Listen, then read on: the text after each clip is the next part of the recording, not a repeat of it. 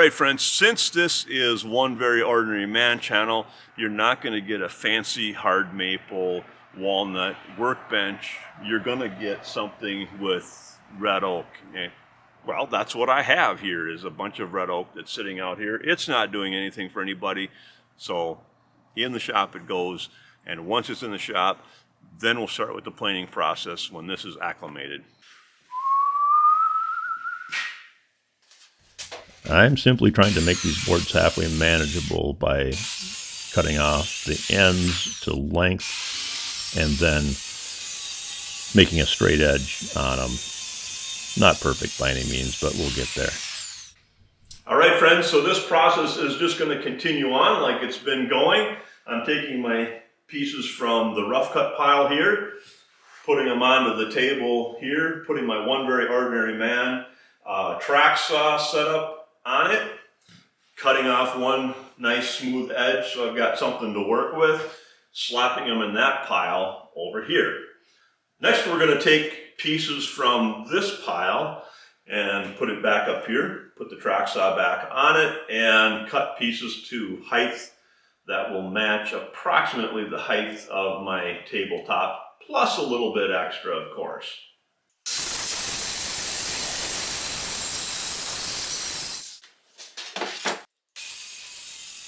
When I originally cut these boards on the sawmill, I just left them as is, bark and whatever else on the edges, so they're pretty crude.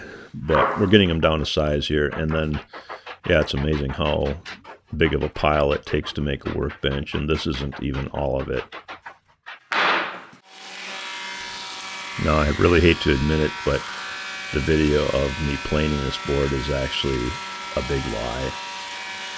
It's actually the legs, not the top.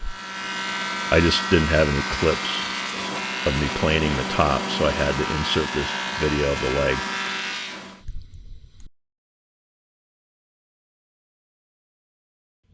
Now, this is one part that I wish I would have done a little bit better, is the gluing part. Well, actually, I wish I would have spent a little bit more time to make sure that these were perfectly flat, or maybe not stack so many of them together at one time. Anyway, this little roller thing that I got from that popular woodworking store that is kind of like Stoner, but it's Stoneler, but it's with a rock.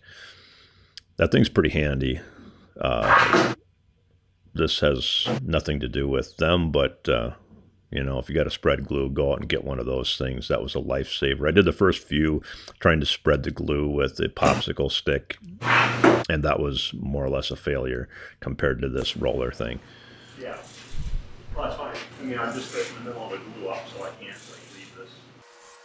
Yeah. And don't you know, it's always in the middle of a glue up when you get a phone call. I really need to get better clamps. The orange ones are good, but the other ones, well, they leave something to be desired. I keep trying different clamp removal techniques. Oh, well, this one wasn't too bad, but it could be a little bit smoother yet. It's actually very rare that I use an electric chainsaw. For one thing, they just don't have power out in the woods. But in the shop, yeah, it's better than smelling the fumes off of the old steel. And I'm just being crude here. This is just to get it to a very rough length.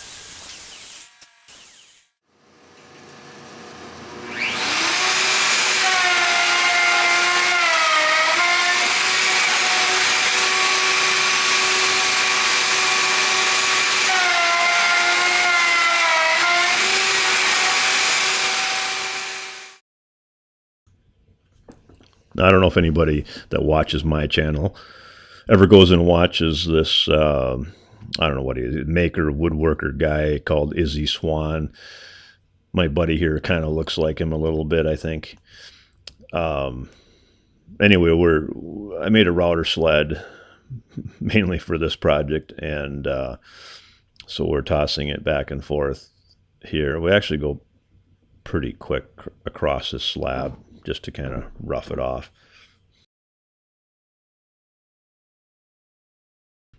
Perhaps I could have showing a little bit more of making this jig, but you know, that's not really the point of the video. We're making a workbench, not a jig.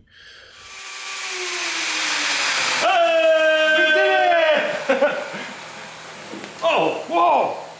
That wasn't good.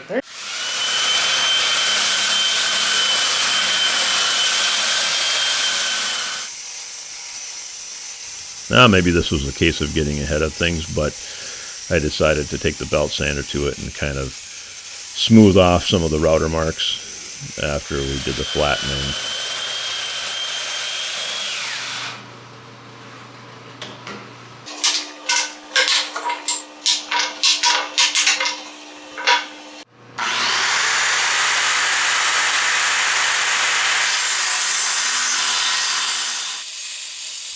It certainly would have been handy to have one of those monster skill saws, circular saws, whatever, that could cut through, say, 5 inches on this tabletop.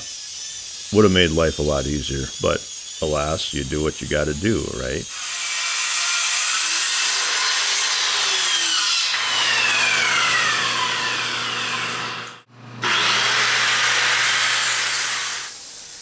So here I am cutting the other edge. So remember, since this is a split top, I've actually got to cut 4 different edges, and since I can only cut about half the edge at a time, I got to do this like 8 times. So you're only going to see a part of this here, and I got a dust storm going.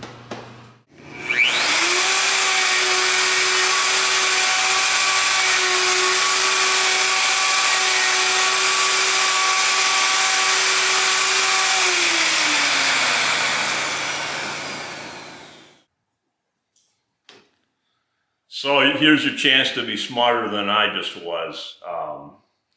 Yeah, I got her done, and so hopefully this is 90 degrees to the bottom here, and all is good. But what a pain in the neck, right, to do this and set this up. If I'd have had a saw that could actually cut down through 4.5 inches, I'd have cut down through 4.5 inches with that saw instead of doing this ridiculous router planing technique to get this right and setting all this stuff up.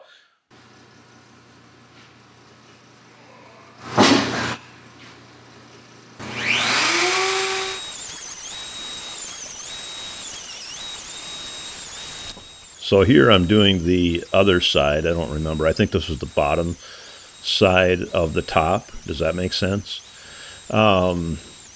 My friend wasn't here anymore to toss the router back to me, so I had to come up with a little push stick gizmo. The table is just a little bit wide for me to reach across, especially since I'm like a past middle-aged man with a large belly.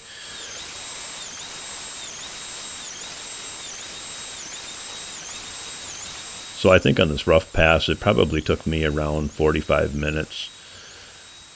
The bit that I have is pretty small. It's only like 3/4 inch diameter.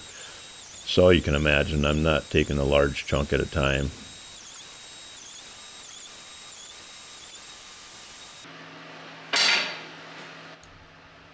The second pass actually went much quicker because, well, for one thing, the bit is cutting consistent all the time, so it does go smoother. And I would say that it took me under 30 minutes, maybe 25 minutes to go from one end to the other. I did just keep at it, you know. I mean, obviously sped up in the video, but yeah, I went pretty quick across this. I really did.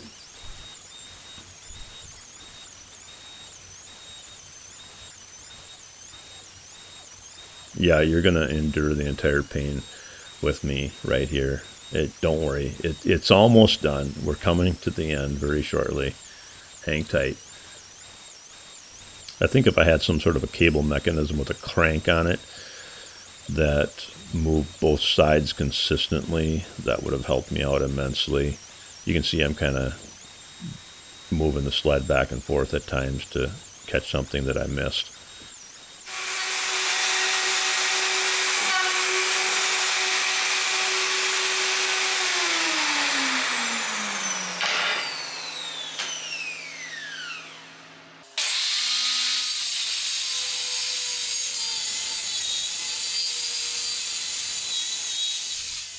So here we're coming back around the second time to cut the workbench to its final length. And my saw is just like it was before.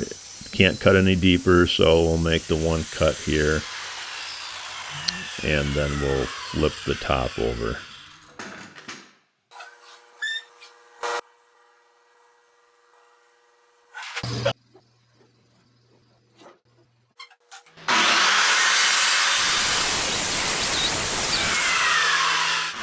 So that's the top. And then you can listen to me grovel for your subscription for a few seconds.